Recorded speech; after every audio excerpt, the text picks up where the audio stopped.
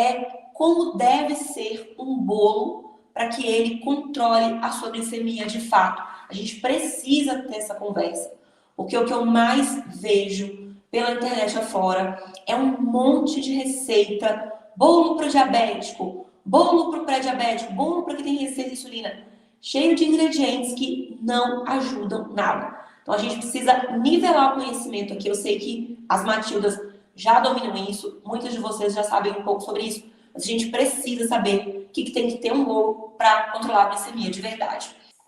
Como deve ser um bolo de quem precisa controlar a glicemia? Deixa eu pegar uma caneta aqui para fazer uma... aqui, ó. Bom, um bolo para controlar a glicemia, um bolo normal, vamos pensar em qualquer bolo.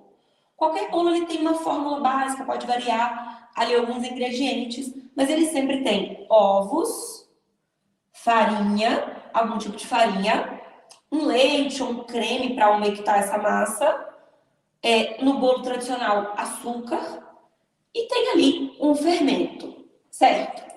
Tá. Então, quando a gente pensa, né, quando a gente está começando nessa vida de controlar a glicemia, qual que é a primeira coisa, Dandan? Você está prestando atenção? Só para ver se você está atento? Vou perguntar para você, posso? Pode. Dessa lista aqui, Dandan, uma pessoa que ficou diabética ou pré-diabética ou com resistência à insulina, qual que é a primeira coisa que ela pensa assim, vou tirar, porque tirando isso vai me ajudar? Trocar açúcar por açúcar mascavo. Trocar açúcar por açúcar mascavo, ou por açúcar de coco, ou até por adoçante. Esse é o primeiro raciocínio que todas nós aqui tivemos em algum momento. Vou usar caneta, não vou usar minha varinha.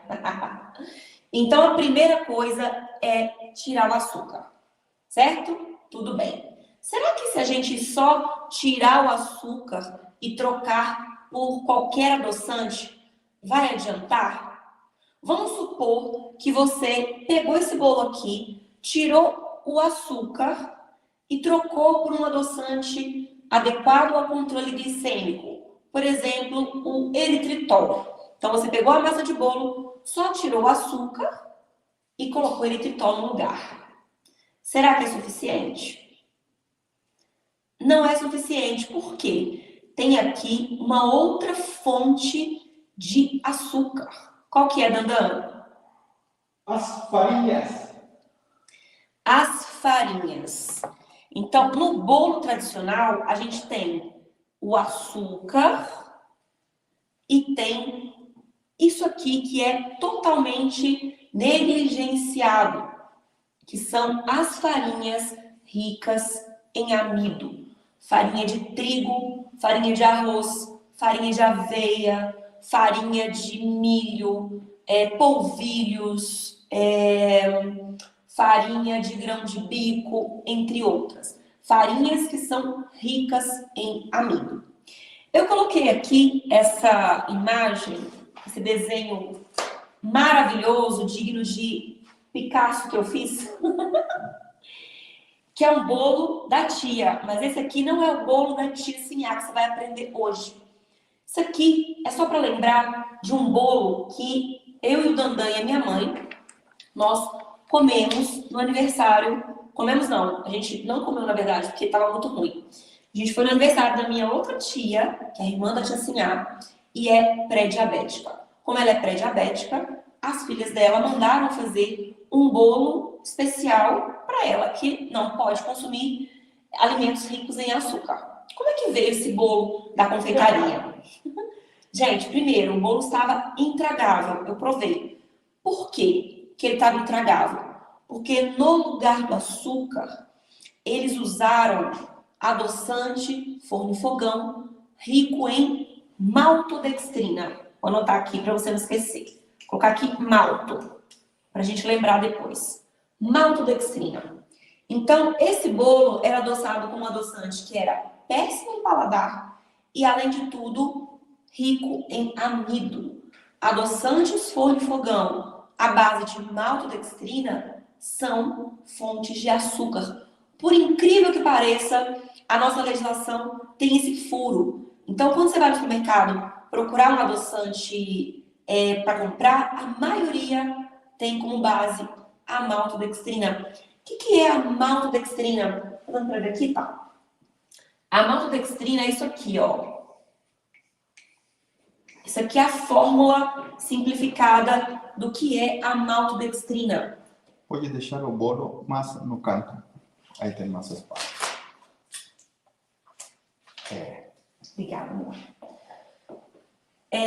Então, aqui, o que é a maltodextrina? Cada bolinha que compõe a maltodextrina é glicose, gente. Glicose, um adoçante que é rico em glicose. O que é glicose? Quando você come isso aqui, essas bolinhas vão lá pro seu sangue e são glicose.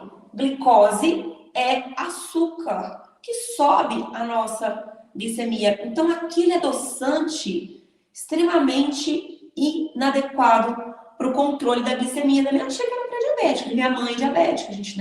A minha mãe nem provou. Eu provei só para saber o sabor, que eu já vi que tinha. Quando eu provei, eu vi que era adoçante à base de maltodextrina, porque ele tem um doce muito estranho, aquele doce exagerado, cansativo no paladar. Além disso, aquele bolo foi feito com farinha de trigo, gente. Que palhaçada é essa? Farinha de trigo naquele bolo para pré-diabético. E o pior, esse é o pior. O bolo era 2 vezes mais caro que um bolo normal, entre aspas. Sendo que ele tinha o mesmo tanto ou até mais açúcar do que um bolo tradicional. A farinha rica em amido, eu falei aqui alguns exemplos. O que é o amido? O amido é bem parecido com a maltodextrina. Ele é um colarzinho de pérolas em que cada bolinha é uma molécula também de glicose, gente. Então, caiu de novo, Dudu. Farinhas ricas em amido são ricas em glicose. Por quê? O amido é isso aqui, é a molécula inteirinha, cada bolinha é glicose. Quando a gente come farinha, coisas feitas com farinha rica em glicose, então pão, bolo, biscoitos, etc., na nossa digestão, na nossa mastigação, essas ligações são quebradas e a glicose fica livre para cair na nossa corrente sanguínea e subir a nossa glicemia. E depois também a nossa insulina. Então, olha só, o que tem que mudar aqui? Tem que mudar farinha e tem que mudar aquilo que a gente usa para adoçar. Então, vamos lá. Eu vou tirar, então, desse meu bolo glicose. Não vou usar adoçante forno de fogão e não vou usar açúcar. E vou fazer uma troca aqui. No lugar das farinhas ricas em amido, eu vou usar farinhas low carb. Para você ter uma ideia da diferença da quantidade de amido de uma farinha rica em amido de uma farinha low carb, eu vou fazer uma comparação. 100 gramas de farinha de arroz, que é vista por aí como uma farinha saudável, não é para quem precisa controlar a glicemia. Ela tem, cada 100 gramas de farinha de arroz, 80 gramas são amido, gente. É quase tudo amido. Na farinha de trigo, 75%, 75 gramas em cada 100 gramas, amido. Na farinha de trigo integral, 70 até 75. Numa farinha low carb, por exemplo, a fibra de bambu, ela tem 5% de carboidratos. A farinha de amêndoas tem 10% de carboidrato. Então, em 100 gramas de farinha de amêndoas, tem 10 gramas de carboidratos que são presentes naturalmente nas amêndoas inteiras. Qual que é o outro problema das farinhas que são ricas em amido? Porque elas são refinadas.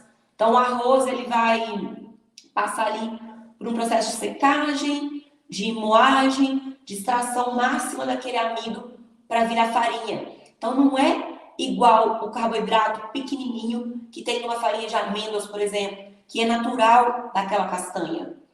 É um amido concentrado das farinhas ricas em amido. Então, são vários problemas. E aí eu tô te ouvindo aqui, Paty, mas farinha de amêndoas, Paty, é muito caro. Gente, o bolo que você vai aprender a fazer aqui hoje, que é um bolo que dá para 10 pessoas comerem, né, com recheio, cobertura, você vai gastar 50 gramas de farinha de amêndoas. Com 1 quilo de farinha de amêndoas, você faz 20 bolos de festa. Então, não é uma questão de ser caro ou barato, é uma questão de você dominar a técnica para fazer as receitas, entender isso que você aprendeu aqui, o grande ganho que você vai ter na sua saúde por trocar farinhas ricas em amido por farinhas low carb. Quer falar alguma coisa? Tem outra coisa. Se você comprar um bolo convencional numa pastelaria, uma boulangerie, uma confeitaria, perdão, vai sair muito mais caro ainda que você faça com ingredientes low carb. As confeiterias e todo são preços muito além. Se você fala, quero fazer um bolo especial, eles vão incrementar ainda mais o preço. É o que aconteceu com o bolo da minha tia, que era ruim pra caramba para controlar a glicemia, mas era o dobro do preço de um bolo comum. Por quê? Só o fato de você falar que é, né, para diabético já sobe o preço, mesmo ele sendo mal feito. Então não dá para confiar, você tem que entender de ingredientes se você quer de fato controlar a sua glicemia, melhorar a sua saúde. Bom, então farinhas aqui low carb. Você vai ver isso na prática, porque o nosso bolo é feito só com farinhas low carb. E aqui no lugar do açúcar, a gente vai colocar adoçantes, só que só os adoçantes adequados para controle glicêmico, não são todos. Tem um monte de adoçante aí que é rico em maltodextrina, tem maltitol que eleva a glicemia, tem frutose agora, a gente, uma porcaria aí no mercado, a caixinha com frutose para você adoçar as coisas.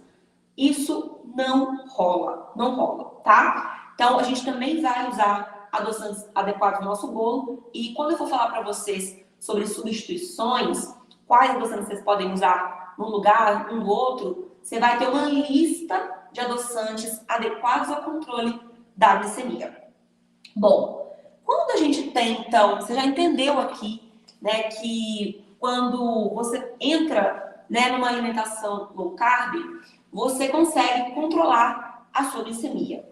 Mas eu preciso te mostrar, eu fiz aqui os desenhos, eu preciso muito te mostrar de forma gráfica, isso que eu quero que fique muito, muito memorizado para você, isso que nós vamos falar aqui hoje, porque não é só um bolo, né? É você entender onde esse bolo entra na sua vida e a importância dele. Nandan, me dá esse desenho. Pode aqui. Vou pegar aqui. Esse. Você vai pegar? Pega também por um negocinho. Cuidado atrás. E me dá a hemoglobina glicada. Isso?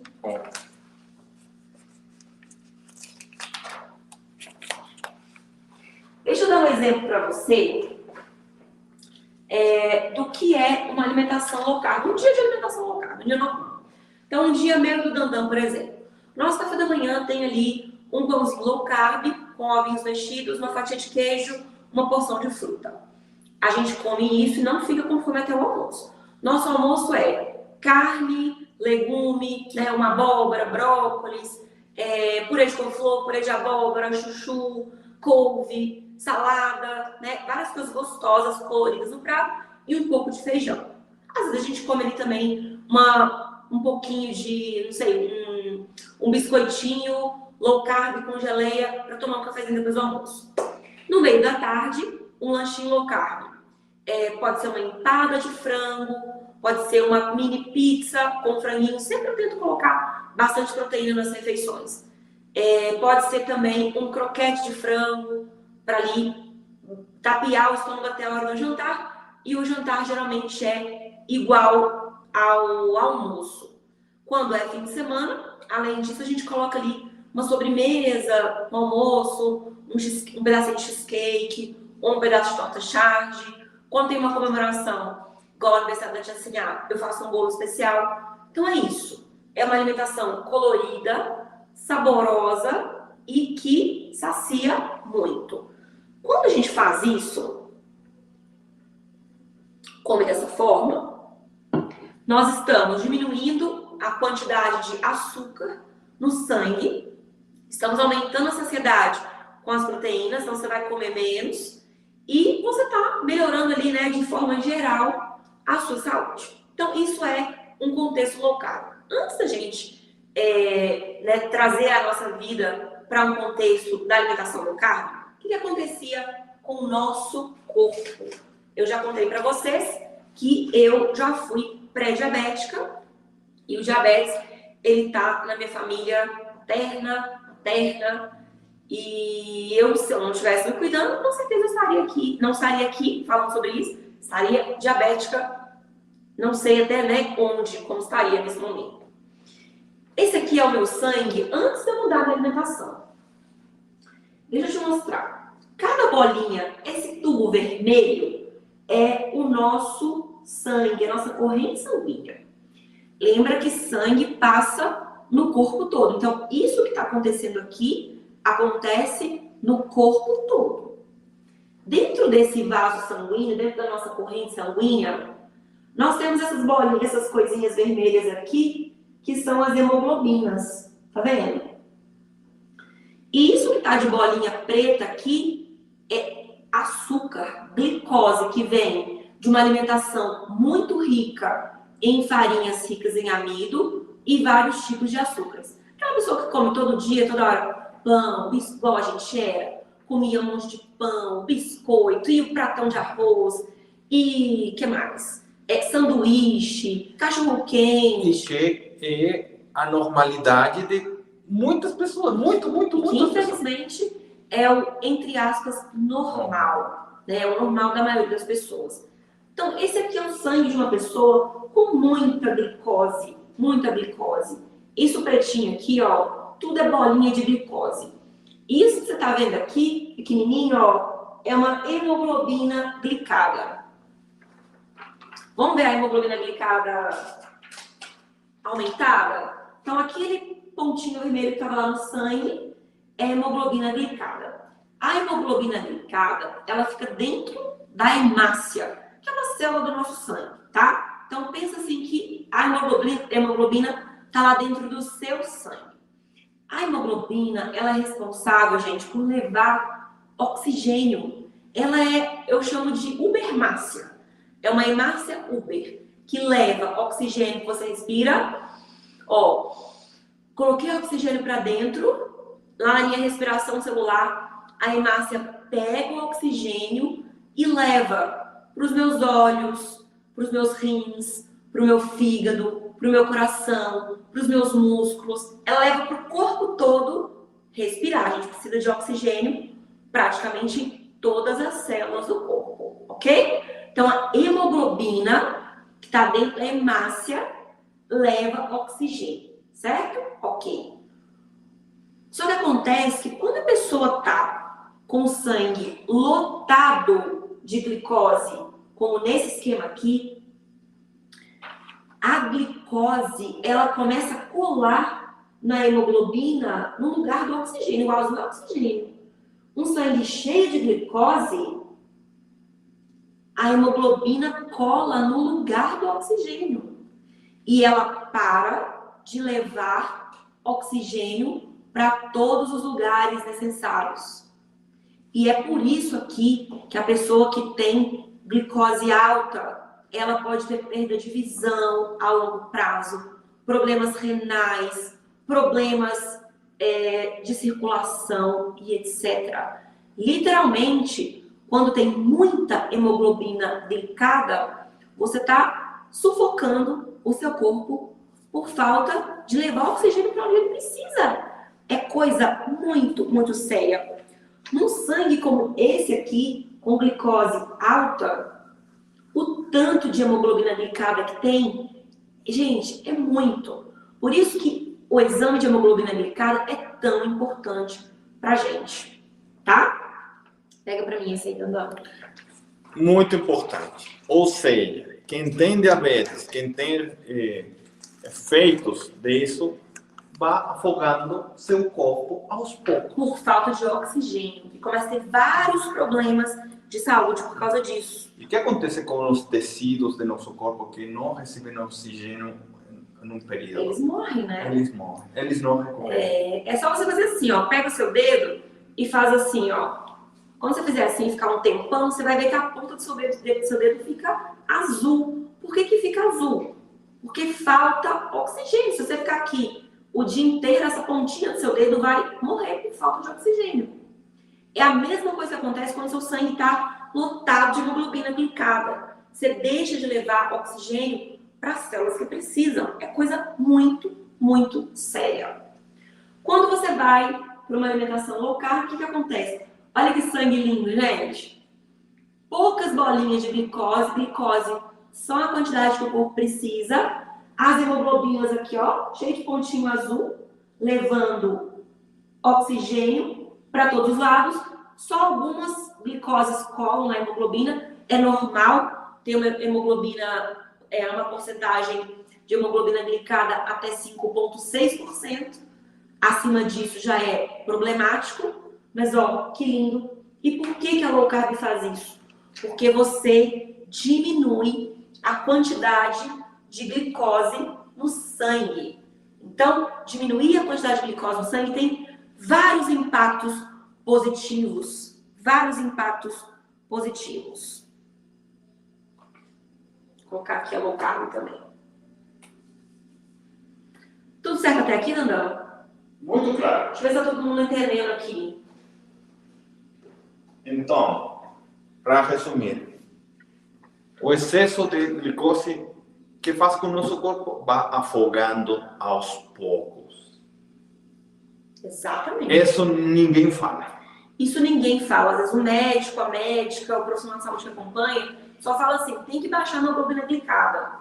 E você, assim como eu também, eu não sabia da importância, né, qual que era o risco de ter a hemoglobina glicada alta. E aí quando você entende que vai faltar oxigênio, né, os órgãos vitais, os lugares importantes, a gente já entende que é importante demais. Além da glicose alta no sangue, toda vez que a gente tem um sangue assim, ó, lotado de glicose, o nosso pâncreas também sofre. Por quê?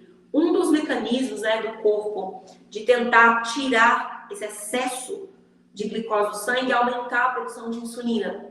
E quem tem insulina alta sofre sem saber. Sono depois do almoço, cansaço, desânimo, não dorme bem, fome o dia inteiro, muita vontade de comer doce, dificuldade de emagrecimento. Então, quando você está sofrendo esse tanto de coisa, você acha que é o normal, mas não é. E eu era essa pessoa, eu até desmaiava. Eu já desmaiei várias vezes por excesso de insulina. E é isso aqui, ó, sangue cheio de glicose, que também sobe a nossa insulina. E aí, eu quero fazer um alerta aqui. A gente já está quase fechando essa parte, eu só preciso que você entenda a importância daquilo que você vai aprender aqui hoje. A resistência à insulina, ela não necessariamente tem glicose alta. Pelo contrário, muita gente que tem resistência à insulina e sofre com esses sintomas que eu falei aqui antes, um pouquinho antes, tem a glicose normal. Por quê? Porque a insulina está alta demais. É normal uma pessoa com resistência à insulina, que é o primeiro passo para evoluir ali para o pré-diabetes, o diabetes tipo 2, é normal essa pessoa ter a glicose normal. Ela mede e fala, nossa, tá ótima a glicose, tá ótima. E aí, quando ela vai fazer o exame de insulina basal, chega lá, a insulina tá o quê? 25, 30, 35, 15, 20. O valor normal da insulina basal é até 6. Por que isso acontece? Porque seu sangue está enchendo de glicose. Porque a insulina, ela só aumenta quando tem muita glicose no sangue. Tá aquele tanto de glicose, seu corpo vai lá, faz insulina, tira rapidinho aquela glicose do sangue. E aí você mede parece que tá boa. Você vai lá, come de novo, que tanto de glicose sobe de novo. E o corpo só fica nesse looping. Você come, ele vai lá, produz um monte de insulina. E cada vez ele produz mais e mais e mais insulina. Só que chega uma hora que é tanta insulina circulante ali no sangue que ela simplesmente para de funcionar como deveria. Você fica cheio de insulina sem funcionar. E aí é quando você sai de resistência à insulina e passa para o pré-diabetes. E aí, quando você está no pré-diabetes, você geralmente tem a insulina alta e a glicemia começa a subir também. Por quê? Porque a insulina não está conseguindo mais trabalhar como deveria. Então, muita gente só mede a glicose. Não adianta, gente. Tem que medir glicose, glicada e insulina basal para saber o que está acontecendo com você. Olha isso aqui. É muito normal na resistência à insulina. A glicose parece normal. Quando você vai ver a insulina, está altíssima. O que significa? Pâncreas sofrendo. Vamos supor que você ignora isso. Você ignora os sinais e sintomas da resistência à insulina e toca a vida. Chega um momento que você passa para cá, ó. Aí a glicose começa realmente a descontrolar porque você não está tendo insulina que funciona mais. Aí você vê glicada alta, glicose alta, insulina alta. E, se não cuidar, passa para cá. Glicose alta, insulina alta e glicada lá na faixa do diabetes. Então, você que está aqui me ouvindo e nunca fez um exame de insulina basal, corre segunda-feira para fazer. Porque o único jeito de saber se tem resistência à insulina, além dos sinais e sintomas, é fazer esse exame para realmente saber se a glicose está mesmo ok. Ou se ela está ok a troco, né, de muito sofrimento do pâncreas. Claríssimo. Tudo isso por causa do bolo de festa, né, gente? Mas é porque o bolo de festa, como eu falei, ele entra num contexto aqui. E por último, eu só quero fazer uma conclusão aqui sobre esse sangue cheio de glicose e de hemoglobina glicada. Tudo que pode acontecer aqui: glicada alta, oxigênio baixo, perdas, falta de oxigênio onde precisa. O sangue, gente, aqui, ele tá lotado de glicose. É como você... Dana fez uma vez uma analogia muito boa, que é de uma avenida com muito carro. Avenida ali, Avenida Paulista, naquele horário mais complicado, aquele tanto de carro. A chance de ter um acidente nessa avenida que tem muito carro não é muito maior que a chance de ter um acidente numa rua de Ouro Preto, que num domingo, que não passa ninguém? Quanto mais carro, mais possibilidade de ter um acidente. A mesma coisa acontece aqui. Peraí. Nesse sangue aqui, que está cheio de glicose, o risco dessas moléculas de glicose, que são moléculas duras, densas, o risco dela bater aqui na parede dos vasos sanguíneos e machucar é muito grande. O que significa isso? Deixa eu ver se eu dou para ver direitinho. Deixa eu pegar meu pincel aqui. Peraí. Tá dando para ver que não é um desenho de longe? Eu acho que é melhor. Eu acho que você poderia, sabe o quê? Me ajudar aqui e focar a câmera lá no desenho, só porque isso é importante de aqui. Não, deixar o tripé e traz a sua câmera. Não, o tripé fica aqui, ó. Você traz a câmera. Você pega aqui, ó. Não, você pega aqui, ó. Isso. Então aqui o sangue tá cheio de glicose e, como eu disse, né, a avenida lotada de carro, a chance de um acidente é grande.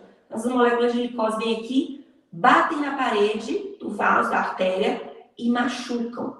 Quando isso acontece, o nosso corpo cria aqui uma inflamação para restaurar. Então, inflama, chama as células que precisam, chama o colesterol para preencher esse machucado, fazer um curativo. Só que o sangue continua cheio de glicose. Continua. Essa glicose vai e bate aqui, no machucado. Machuca de novo. Meu Deus, chama a galera para restaurar. E assim vai. E o sangue cheio de glicose. Bate de novo aqui, porque como tá fazendo um montinho, é mais fácil bater aqui do que em outro lugar. E faz outro machucado. Vocês estão vendo o que está acontecendo aqui nessa artéria, Dandan? O que está acontecendo? O que está acontecendo aqui?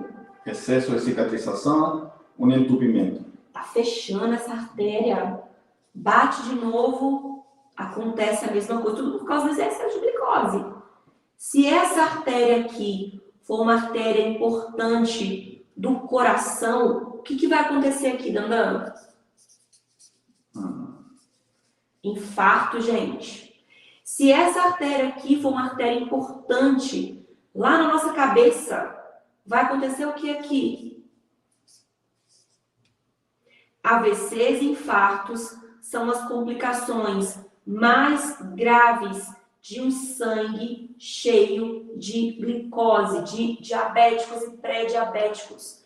Isso aqui ninguém quase relaciona com glicemia alta. Não entende por que acontece? O que acontece? O trânsito está intenso, tem carro demais. A chance de bater e machucar e fazer obstrução é muito grande. Acontece que às vezes essa obstrução ela acontece em artérias não tão importantes. E aí você nem percebe. Sabe quando a pessoa falou assim: ah, eu fui lá no cardiologista e ele falou que eu tive infarto, mas eu não senti nada. Por quê? Porque foi numa artéria que não foi tão importante. Agora, se pegar uma importante, a coisa é muito séria. Infarto e AVC está ligado diretamente ao sangue rico em glicose.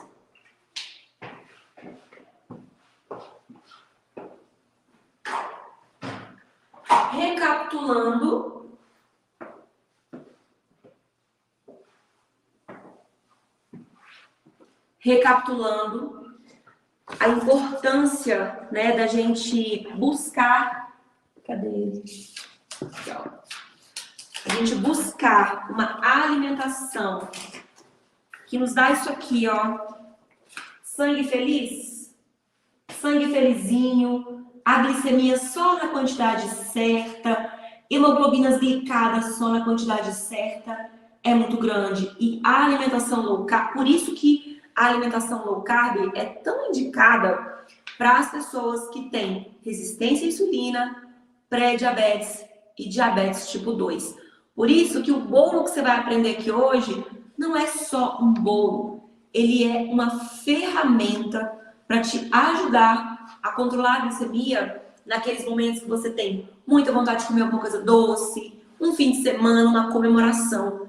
O que você vai aprender aqui é uma ferramenta para levar para a vida, tá? Eu espero do fundo do coração que os meus rabiscos, que os meus desenhos, desenho não, né, gente? Tá sacanagem chamar de desenho, mas que tudo que eu ensinei aqui, tentei ser, né, o mais didática e simples possível, que vocês possam realmente absorver esse conhecimento para entender o quão importante é mudar a alimentação hoje, agora. A sua saúde, ela sim fica em risco quando você não cuida. Andando, sabe aquela folha que eu te pedi para imprimir para mim? Você pode me passar, por favor? Como eu disse para vocês, eu tenho familiares diabéticos do lado materno, do lado paterno, e eu sempre, né, tive que lutar contra essa questão da glicemia descontrolada. Então, eu fui uma adolescente com pré-diabetes, resistência à insulina, ovários policísticos. Eu fui uma adulta jovem entre os 20 e 30 anos, com todos os sintomas de resistência à insulina glicada descontrolada. E eu, há uns 2 anos mais ou menos, eu fiz um teste de DNA, um teste genético, para várias coisas, para conhecer, né? Eu tenho algumas doenças autoimunes na família, então eu queria ver o que estava ali no teste genético. E quando eu fiz a parte de nutrição, olha aqui, o diabetes tipo 2, ó, diabetes tipo 2, alta probabilidade para o diabetes tipo 2. Aqui dos genes para o diabetes, eu tenho risco alto em 4 dos 5. Então, eu tenho altíssima probabilidade de ser diabética tipo 2. Agora, eu tô aqui para dizer para você que a genética não é destino.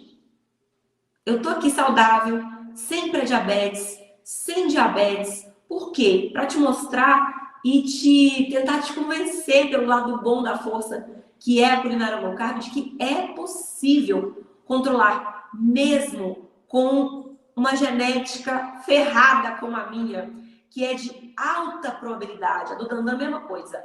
Alta probabilidade. Genética não é destino. Se a gente dá para o corpo aquilo que ele precisa, a gente pode sim viver feliz e saudável ao mesmo tempo. Então, não pense assim, mas eu tenho há muito tempo, sou diabética há muito tempo, ou minha família é cheia de pré-diabético. É assim mesmo. Não é assim mesmo. Eu tô aqui há quase 10 anos em remissão do pré-diabetes e da resistência à insulina para te contar que não é assim mesmo. Que a gente tem ferramentas e é isso que você vai estar aprendendo aqui e vai aprender na prática também. É ou não é, Dandan? É mesmo. Dandan, dá ou não dá para ser feliz e saudável ao mesmo tempo? Dá. Dá ou não dá para ser feliz e saudável ao mesmo tempo? Tá? E é complexo porque você vê os exemplos, você vê as possibilidades. E tem pessoal que ainda não acredita. Pode ser que não tem a sorte de assistir a uma aula como essa para compreender quais são as consequências, mas também para saber que tem uma solução. Que tem caminhos. E que é totalmente possível. Totalmente possível. E a gente vai ver isso agora, Dandan. Já que você está aqui, me ajuda a levar a câmera pro lado de lá? Muito bem. Aqui tá cheio de Matildas que conseguiram reverter também diabetes, pré-diabetes, muitas histórias maravilhosas, né? Não pensa que é conto da carochinha quando alguém fala que reverteu pré-diabetes e diabetes tipo 2, porque não é. Não é. É real o que acontece. Olha que linda a Eliette, nossa Matilda querida. Eliette, um beijo, viu? Meu esposo é diabético tipo 2 há mais de 20 anos. Usava insulina. Depois que conheci você, virei Matilda, nossa vida mudou. Hoje ele tá com 20 quilos a menos e sem insulina. Gente, se vocês pudessem ver os pelinhos no meu braço subindo. O que é uma pessoa há mais de 20 anos diabético ficar livre da insulina e emagrecer? É uma coisa assim que eu não tenho nem palavras para explicar de tão lindo que é, Eliette. Que delícia escutar isso daqui. Obrigada por trazer pra gente a sua história mais uma vez.